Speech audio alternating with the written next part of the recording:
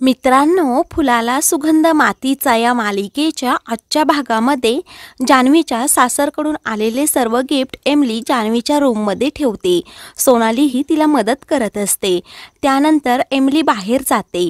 सर्व गिफ्ट सोनालीला व्यवस्थित ठेवायला सांगते. तर सोनाली लगेच वैतागते आणि बोलते, जाऊ देत, जान्हवीला या गिफ्टचा काही फायदा होणार नाही. तेव्हा सोनाली सर्व दागिन्यांचे बॉक्स आतमध्ये कपाटात ठेवते. तिला भीती वाटत असते की जिजा अक्का खूप रागवतील. तेवढ्यातच सोनालीची आई तेथे येते आणि सोनालीला मुद्दाम सांगते, काना खूप रडत आहे, तू त्याच्याजवळ जा. सोनाली लगेच कान्हाकडे जाते. तेव्हा तिची आई जान्हवीची चप्पल पुन्हा हातात घेते आणि ही चप्पल नक्की 6-7 हजाराची असेल. ती चप्पल चोरण्याचा विचार करते आणि एवढ्या दबाडक्यात कुणाच्या लक्षात पण येणार नाही. माझ्या कल्पनेच्या लग्नात ही चप्पल उपयोगी होईल असंही स्वतःशी बोलत असते. आणि एक दागिन्यांचा सेट पण ती तेथून घेते आणि बाहेर जायला निघते तर समोर कीर्ती असते. तेव्हा कीर्तीला ती खूप घाबरते आणि सोन्याचा हार गुपचूप पुन्हा कपाटामध्ये ठेवते. आणि उगीच कीर्ती मला जेलमध्ये टाकेल याची भीती सोनालीच्या आईला वाटत असते. त्यामुळे ती फक्त चप्पल घेऊन बाहेर पडते. तर एमिली तेथे येते आणि दरवाजाला कुलूप लावून पुन्हा तिकडे जाते. काही वेळाने सर्वजण एकत्र जमा होतात. कमला मावशी सर्वांना सांगतात की आता जान्हवीला आपण हळद लावून घेऊयात. तेवढ्यातच कविता मोठ्याने विचारते, मी अगोदर जान्हवीला हळद लावू का? तेव्हा जिजा अक्का तिच्याकडे रागात पाहतात. तर भाऊ शुभमला हळूच बोलत असतात, ह्या कविताने आली तर शांत बसायचं, उगीच आता तमाशा करत बसेल. कीर्ती जिजा अक्कांना बोलते, तुम्ही उगाच आता चिडू नका. दिलीपची मावस बहीण आहे, त्यामुळे तिचा मान राखणं आपलं कर्तव्य आहे आणि त्यातल्या त्यात आपल्या जान्हवीचा आनंदही महत्त्वाचा आहे. तेव्हा जिजा अक्का कीर्तीच्या आग्रहाखातर कविताला हळद लावण्याची परमिशन देतात. तर एमिली हळूच तुषारला बोलते, बरं झालं जिजा अक्कांनी परमिशन दिली, नाहीतर उगीच गोंधळ झाला असता.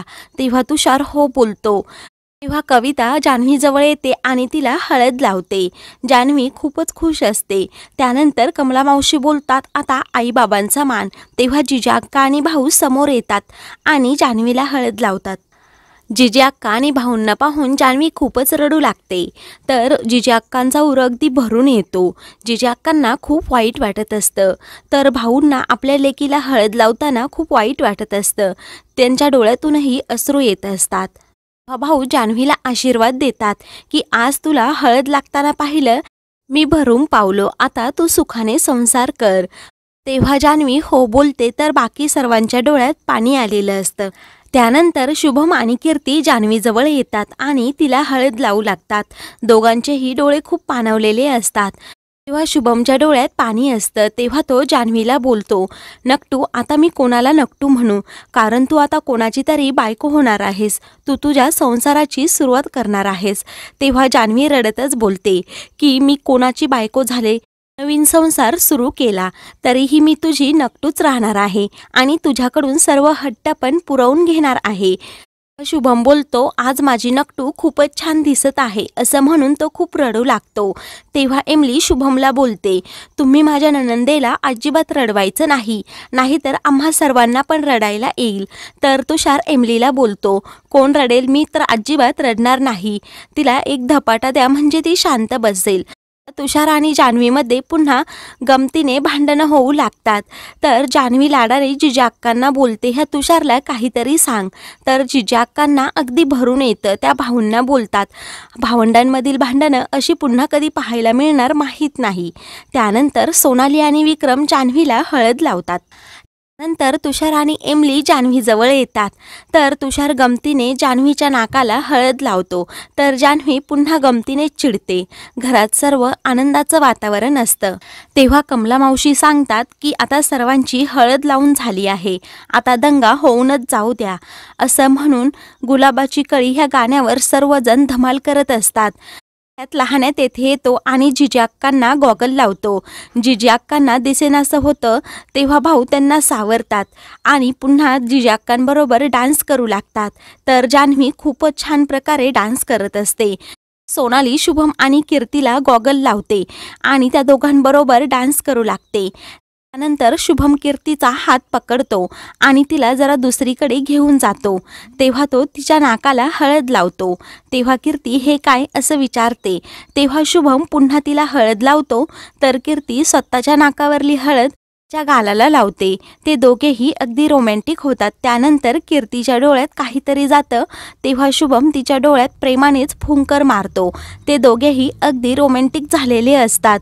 त्या दोघांचं एकमेकांवरचं प्रेम पाहून कविता त्यांच्याकडे पाहतच राहते तर तिला खूप वाईट वाटतं। त्यानंतर शुभम कीर्तीला रूममध्ये घेऊन जातो तर कीर्ती बोलते, लोक आपल्याला काय म्हणतील। तेव्हा शुभम बोलतो, काही पण म्हणू देत, आपण नवरा बायको आहोत। तेव्हा शुभम अगदी कीर्तीजवळ जाण्याचा प्रयत्न करत असतो परंतु कीर्ती खूप लाजत असते।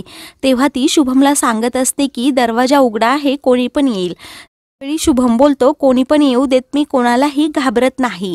तर कीर्ती त्याच्यापासून वाचवण्यासाठी लगेच कविताचा विषय काढते आणि तुम्ही तिला नथ घेतली होती ना असं विचारते। तेव्हा शुभम लगेच तिच्यापासून लांब होतो। तो कीर्तीला उत्तर देताना खूप गोंधळतो आणि लहानाच्या आग्रहाखातर मी घेतली होती तसंही माझ्या मनात काही नव्हतं। तर कीर्ती पुन्हा त्याला पेचात पाडते आणि पुन्हा खूप काही कवितावरून प्रश्न विचारू लागते तर शुभम त्याचं खूपच लांब स्पष्टीकरण देतो।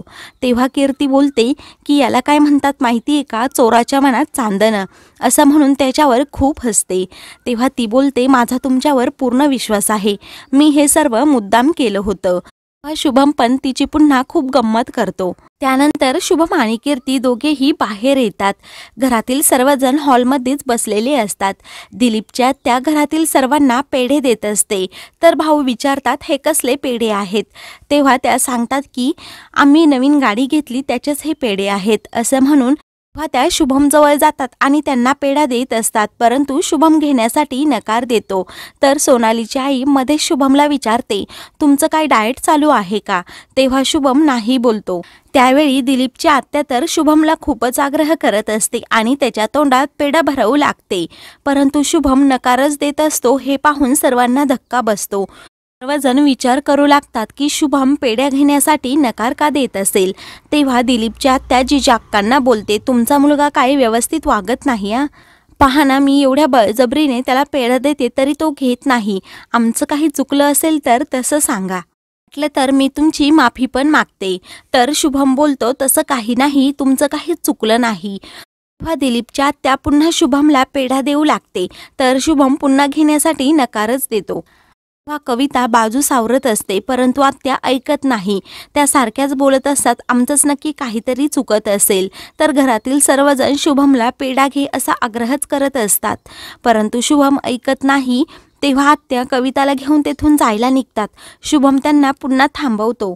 दिलीपची आत्या खूपच चिडलेली असते। ते पाहून भाऊ त्यांना शांत करतात आणि आमच्या शुभमने गोड न खाण्याची शपथ घेतली आहे असं सर्वांना सांगतात।